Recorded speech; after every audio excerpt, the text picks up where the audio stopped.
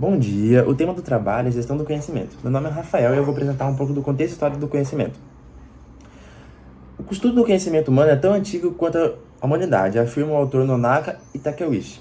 Por quê? Porque desde o período grego era estudado o conhecimento humano. Platão afirma que o conhecimento humano é através da racionalidade, da razão.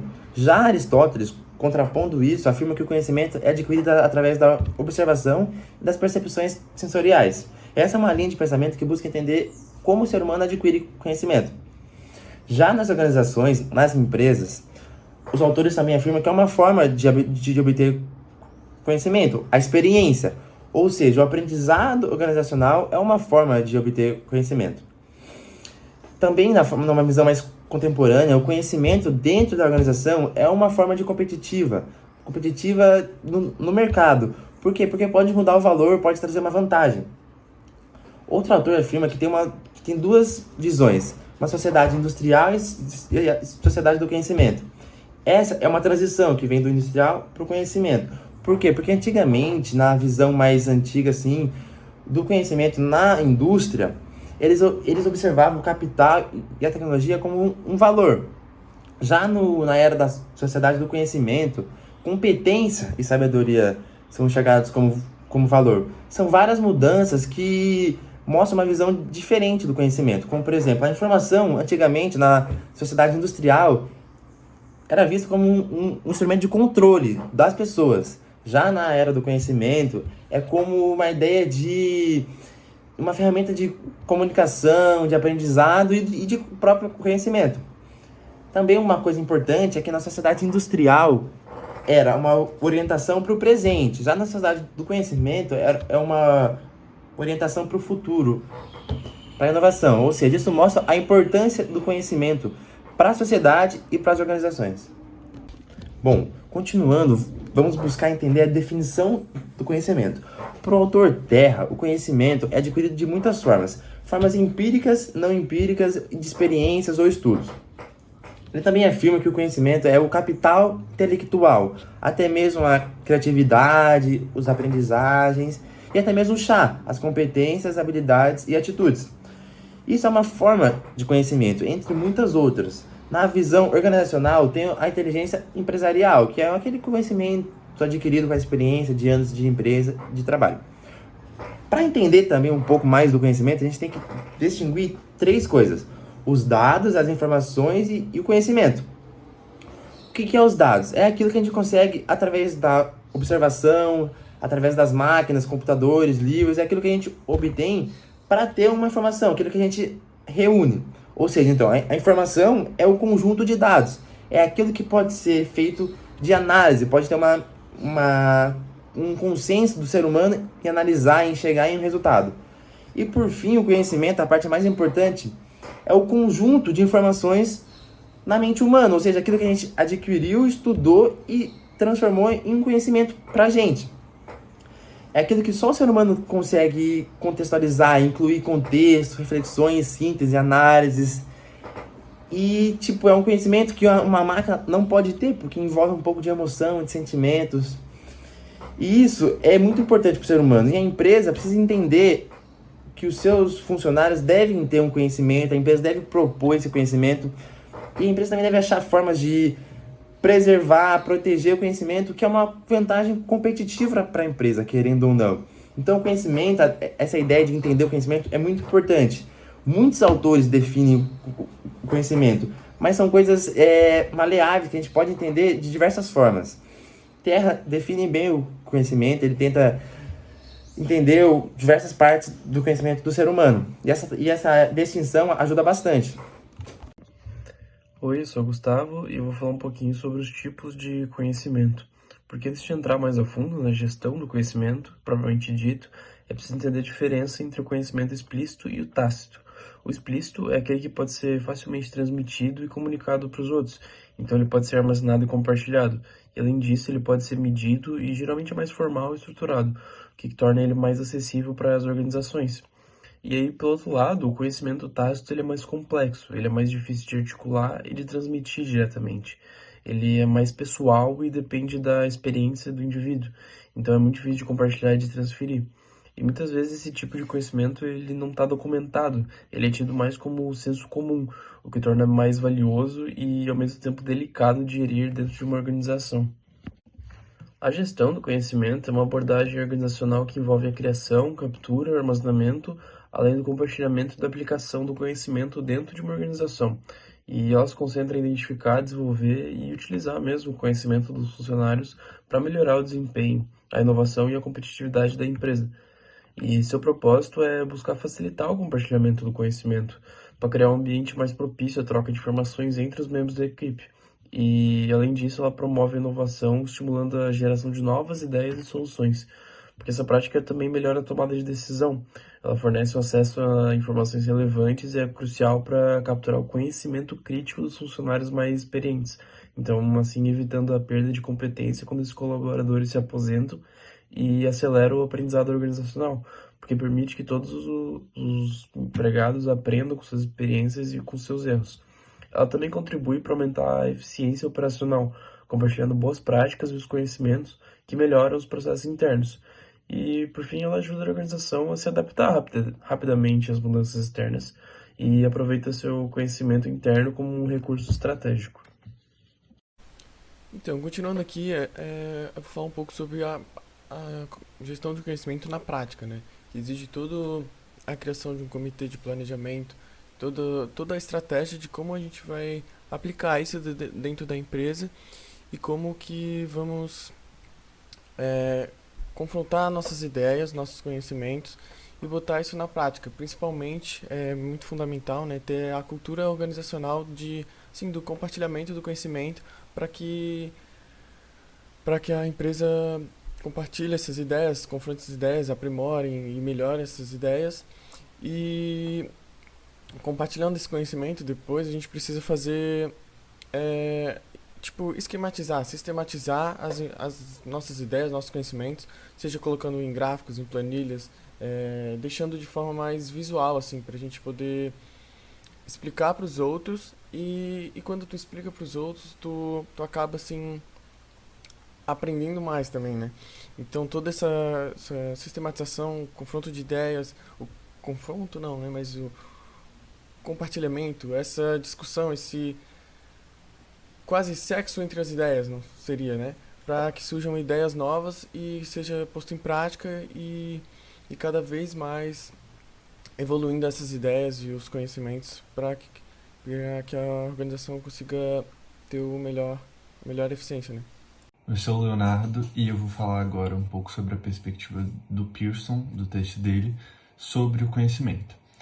Bom, primeiro de tudo, é importante diferenciar dado de informação e de conhecimento, porque dado não é informação, informação não é conhecimento e conhecimento não é dado, fechando o ciclo ali. Então, entender a diferença desses três elementos é primordial para uma gestão do conhecimento efetiva. E, começando pelo dado, ele é o registro de um evento, extremamente objetivo. E, inclusive, ele fala no texto que existe um mito nas empresas de que juntar muitos dados e armazenar e simplesmente aglomerar muitos dados eventualmente trarão decisões mais acertadas, mas isso não é verdade por si só. Em resumo, ele trata o dado como um átomo, uma semente. Já a informação, ela utiliza o dado, mas insere um contexto nele, além de outros dados que façam sentido. Então, a informação é um conjunto de dados com determinado significado para o sistema que deve ser tangível e decodificável por diferentes sujeitos. Então, várias pessoas têm que entender aquilo ali. Já o conhecimento, ele utiliza o Davenport, no seu texto, para definir o conhecimento como a informação que, devidamente tratada, muda o comportamento do sistema, entre aspas, né? Ou seja, o conhecimento é o resultado de um processamento minucioso da informação. A informação, ela é processada dentro de um indivíduo que tem experiências, valores, crenças, outros conhecimentos, e tudo isso interfere nesse processamento. Além disso, o conhecimento ele tem que mudar o comportamento, né? Ele é associado a alguma ação. tem que servir para algo, como um agente transformador. Oi, meu nome é Giovana. Agora a gente vai voltar um pouquinho atrás para entender de onde surgiu a gestão do conhecimento. A gente pode começar a partir da Segunda Guerra Mundial, que foi quando a sociedade, aos poucos, foi mudando o foco da indústria para os serviços e em seguida para a informação. De acordo com Peter Drucker, que foi um dos principais pioneiros, a entender que o conhecimento seria a base para esses setores de produção e de serviço, e que caberia às organizações uma maneira de criar esse conhecimento. Além de Drucker, está presente também no artigo de Pearson a teoria de criação de conhecimento, traduzida do The Knowledge Creating Company. Essa teoria contradiz as teorias antigas, que falavam que as organizações teriam que processar as informações e conhecimentos do ambiente externo e fazer com que a própria organização se adaptasse a esses conhecimentos. Já nessa teoria, que é justamente ao contrário, eles afirmam que o conhecimento tem que ser tido de dentro para fora. A própria organização teria que criar esse seu conhecimento para poder expandi-lo. Para expandir esse movimento é necessário uma mobilização e uma conversão. E a partir disso, Takashi e Nonaka, eles explicaram que pode existir 4 modos de conversão. A gente vai falar mais um pouquinho sobre eles no próximo slide. O primeiro método de conversão seria a socialização.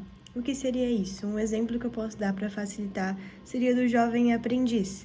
É quando a pessoa não é uma técnica necessariamente verbalizada, falada, porque a pessoa também ela pode absorver esse conhecimento a partir de imitações e ela pode colocar na prática, ou alguém pode também ensinar para essa pessoa. Então seria uma forma mais de socialização, de interação de pessoa para pessoa. O segundo modo de conversão seria a externalização.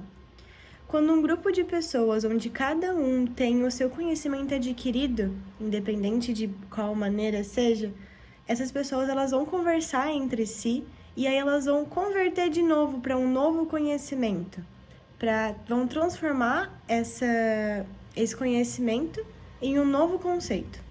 Linkando agora com o terceiro modo de conversão, que é a combinação, a partir do momento que cria-se esse novo conceito, o objetivo agora é fazer com que ele seja disponibilizado para qualquer tipo de grupo dentro da organização, independente do seu ambiente externo e interno. Seria a disseminação desse novo conhecimento para a organização. Agora, para que o quarto modo de conversão seja realmente eficiente, é necessário uma internalização.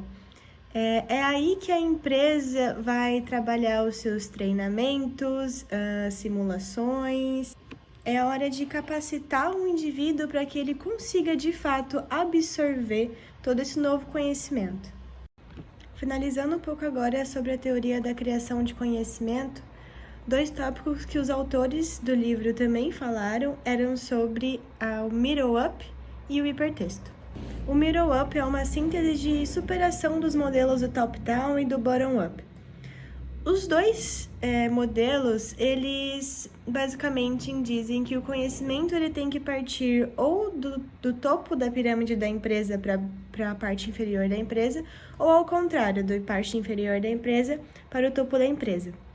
Já o middle-up, o foco dele em si é falar que tem que partir dos 2 lados, porque os 2 lados têm o conhecimento necessário para fazer uma inovação na empresa. E o hipertexto, ele é interessante porque ele aborda tanto a estrutura hierárquica e burocrática da empresa, quanto a parte da equipe de tarefas. Por exemplo, a hierárquica e burocrática cuida de todo o processo de formalização e especialização, sendo ela altamente eficiente em trabalhos rotineiros e de grande escala. Mas o problema dela é que quando a empresa ela lida com instabilidades e mudanças rápidas ou até individualmente de cada pessoa, ela não consegue lidar. Já a força-tarefa é uma equipe formada por diversas unidades da organização. Ela é muito flexível e muito dinâmica, mas como ela é uma força temporária, ela dificulta muito o processo de expansão do conhecimento. O hipertexto é justamente criar uma base para esses 2 tipos de força, né? A força-tarefa e a hierarquia e a burocracia. Isso serviria para juntar a parte boa dos dois. Assim é possível fazer com que o reconhecimento seja recontextualizado em ambas as forças. Oi, meu nome é Leila e eu vou dar continuidade na parte de contexto e prática da obra Gestão de Conhecimento. Bom, partindo do princípio do que os colegas já apresentaram, torna-se claro que elementos como cultura, valores, linguagem e espaço são cruciais dentro de uma organização. Que apesar de todo esse contexto gerar um conhecimento, nem todo conhecimento é de fato útil para a própria organização, Então, partindo desse ponto de vista, Krog, Ishiro e Nonaka definiram o BA como algo fundamental. O BA é basicamente um espaço compartilhado que serve como base para a criação de conhecimentos, Então, pode englobar espaços físicos, virtuais ou mentais envolvidos nessa área de criação do conhecimento. E foi com base nisso que os autores definiram que algo fundamental para essa existência do BA nas organizações é a solicitude. A solicitude pode ser lida como a qualidade daquele que é solícito ou a boa vontade de atender uma solicitação da melhor forma. Bom, a partir disso eu vou apresentar as 5 dimensões da solicitude, sendo elas a confiança mútua, a empatia ativa, o acesso à ajuda, a leniência no julgamento e a coragem. Começando pela confiança mútua, ela é extremamente fundamental, porque ela consegue criar essas relações sólidas, Então, tanto quem pede ajuda quanto quem oferece ajuda devem confiar um no outro, Isso é importante porque, ao se exporem assim, eles acabam trocando as informações com sucesso e se sentindo recompensados por essa troca, Já a empatia ativa é se colocar no lugar do outro, Então, é entender os interesses, as dificuldades e as experiências sentidas pelos indivíduos. Ela é fundamental porque ela acaba evitando esses conflitos emocionais, Então, acaba que a compreensão da emoção do colega do trabalho faz com que seja mais provável que tenham relacionamentos produtivos, sabe? No acesso à ajuda é onde a solicitude torna uma forma mais real e concreta, Então é possível ver que todos na organização têm a responsabilidade de pedir e dar ajuda ao outro, Então esse especialista solícito seria alguém que tem um conhecimento e está disposto a passar ele para os outros, sabe? Compartilhar esse conhecimento. Bom, na leniência do julgamento, ela está correlacionada à tolerância, Então, é uma parte do processo em que entendem que a experimentação é importante, nela podem sim incluir erros, sabe? E esses erros não vão ser lidos com uma visão ruim, mas sim como uma parte do aprendizado, então eles não vão ser punidos, A coragem, que é a última parte da solicitude, muito importante também, ela está ligada nessa aceitação dos erros, Então, entender o que foi cometido, de errado nesse processo e não tendo esse pré-julgamento, Então, ser algo positivo, você poder se expor para o seu grupo e mostrar suas fragilidades, assim, em que você precisa de ajuda, quais estão sendo suas dificuldades e tudo mais. Em resumo, todas essas 5 dimensões têm o mesmo nível de importância, então nenhuma se sobrepõe à outra. E essas 5 dimensões fazem com que os membros se comprometam mais uns com os outros, então essa parte de criação do conhecimento se torna mais eficaz, sabe? E eu achei muito interessante tanto o BA quanto essas 5 dimensões, porque correlacionando elas com a vida, na infância, por exemplo, a gente acaba se permitindo mais as experiências porque esse grau de responsabilidade ou culpabilidade não é tão definido, Apesar de ser uma fase da vida em que, não tá escrito em nenhum lugar que é pra ser assim, mas meio que tá institucionalizado, É um lugar que é entendido que as crianças estão na fase de aprendizado e isso é bem aceito, Então, ao olhar para a fala desses autores, é interessante ver que a gente está retomando esse espaço, em que o erro é possível e ter essa boa comunicação, sendo ela empática, tendo essa escutativa, sem esses pré-julgamentos, faz com que realmente uma gestão do conhecimento, a partir do aprendizado mesmo, se torne melhor. Então, eu achei muito interessante quando o autor também citou que para ajudar alguém a crescer, é preciso que deixe ela experimentar, Bom, aqui a gente tem a representação do conceito do BA, A gente já sabe que ele é uma base para a criação do conhecimento e que ele tem que estar ligado ao contexto que existe. Também é possível compreender que o BA é uma estrutura temporária e mutável e que ela também pode estar correlacionada a outra, Então, não existe só um BA, pode existir mais de um BA ao mesmo tempo. Bom, agora um modelo na prática, Precisa entender que a gestão do conhecimento não é apenas teórica, Ela também toma ações e que algo que facilitaria ela seria o uso de tecnologias de comunicação, então os TICs, que seria essa automatização, em alguns sistemas, que eles promoveriam a gestão do conhecimento mais acessível para os membros, Então seria algo facilitador. E também teriam práticas como universidades corporativas, reuniões de brainstorms e entre outros, que desenvolveriam melhor esses conceitos capacitantes, né? Bom, e a partir disso é possível concluir que a gestão do conhecimento pode ser aplicada em várias áreas e que ela não exclui outras formas de gestão, né? E ela também não requer uma mudança nas práticas organizacionais, mas sim uma mudança de foco, né? Então, basicamente o texto aborda essa importância da gestão do conhecimento nas organizações, destacando a criação de um contexto capacitante, que seria esse BA, e a necessidade de foco dessas 5 dimensões da solicitude, que iriam promover uma gestão de forma mais eficaz, né? Além disso, ele enfatiza a aplicabilidade da gestão de conhecimento em diferentes contextos. Obrigado por assistir até aqui. Qualquer dúvida pode acionar um dos colegas ou eu. E é isso. Obrigada.